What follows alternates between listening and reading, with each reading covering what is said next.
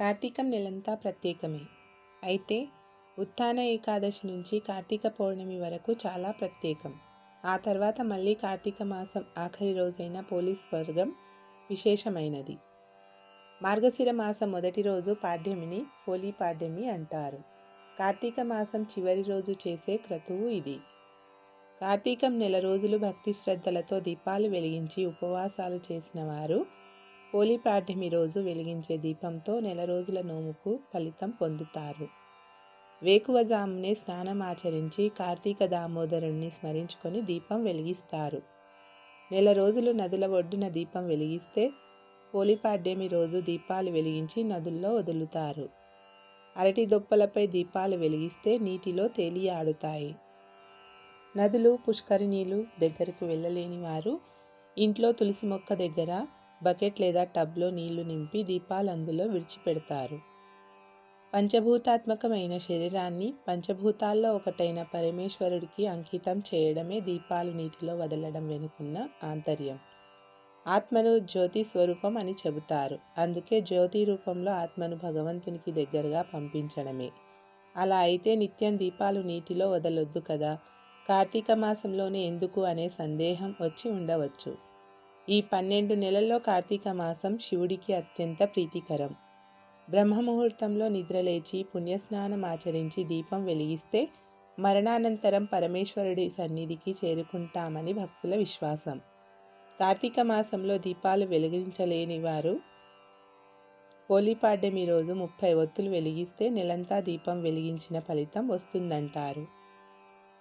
పోలీ పాడ్యమి రోజు తులసి కోట దగ్గర కానీ నదుల వద్ద కానీ దీపాలు వెలిగించిన తర్వాత సంకల్పం చెప్పుకొని లక్ష్మీ అష్టోత్తర శతనామావళి, తులసి అష్టోత్తర శతనామావళి చదువుకుంటారు. పూజ పూర్తయిన తర్వాత బూరెలు నైవేద్యంగా సమర్పిస్తారు. అనంతరం పోలీస్ వర్గం కథ చదువుకొని అక్షతలు వేసుకుంటే మరణానంతరం వైకుంఠానికి చేరుకుంటామని భక్తుల విశ్వాసం.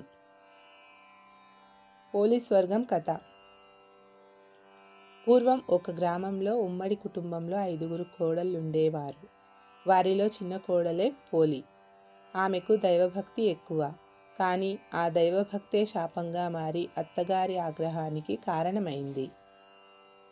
చిన్న కోడలి భక్తి చూసి ఓర్వలేని అత్త తనకన్నా భక్తురాలు ఉండకూడదని భావించింది. అందుకే పోలిని ఏ పూజలు, నోములు, వ్రతాలు చేయనిచ్చేది కాదు. తనను అనుసరించే మిగిలిన కోడళ్లతో అన్నీ చేయించేది. కార్తీక మాసం రానే వచ్చింది. నెల రోజులు ఇంటి పనులన్నీ చిన్న కోడలికి అప్పగించి మిగిలిన కోడళ్లను తీసుకొని నది తీరానికి వెళ్ళి స్నానం ఆచరించి దీపాలు వెలిగించి వచ్చేది అత్తగారు.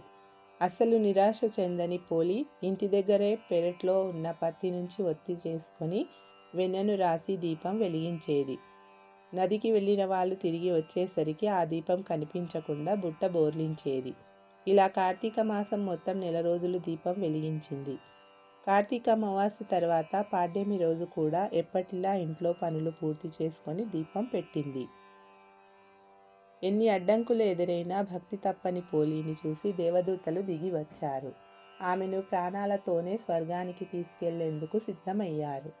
నదికి వెళ్ళి వచ్చిన అత్తగారు, తోడికోడళ్ళు పుష్పక విమానాన్ని చూసి ఆశ్చర్యపోయారు.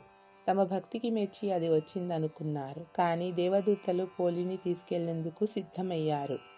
తాము కూడా వెళ్ళాలన్న పట్టుదలతో పోలి కాళ్ళు పట్టుకొని వేలాడారు. అయినప్పటికీ ఎలాంటి ఫలితం లేకపోయింది. స్వర్గానికి వచ్చేంత కల్మషం లేని భక్తి పోలికి మాత్రమే ఉందని చెప్పారు దేవదూతలు. కార్తీక మాసం అమావాస్య మర్నాడు వచ్చే పాడ్యమి రోజు దీపం వెలిగించి ఈ కథ చెప్పుకుంటే ఆమెలా స్వర్గానికి చేరుకుంటారని భక్తుల విశ్వాసం. ఈ నెల రోజులు ఎలాంటి నియమాలు పాటించకపోయినా పోలీ పాడ్యమి రోజు కనీసం 30 ఒత్తులు వెలిగిస్తారు. ఇలా చేస్తే నెల రోజులు దీపారాధన చేసిన ఫలితం దక్కుతుందని భావిస్తారు. ఈరోజు బ్రాహ్మణులకు స్వయం పాకం, దీపదానం చేస్తారు. పోలీస్ వర్గం తెలుగువారి కథ. కార్తీక మాసంలో దీపం వెలిగించడం వెనుకున్న ప్రాధాన్యత మాత్రమే కాదు, నిష్కల్మషమైన భక్తికి నిదర్శనం. ఆచరించాల్సిన నియమాలు సక్రమంగా ఆచరిస్తే జరగాల్సిన మంచిని ఎవరూ ఆపలేరన్నదే ఈ కథలో ఆంతర్యం.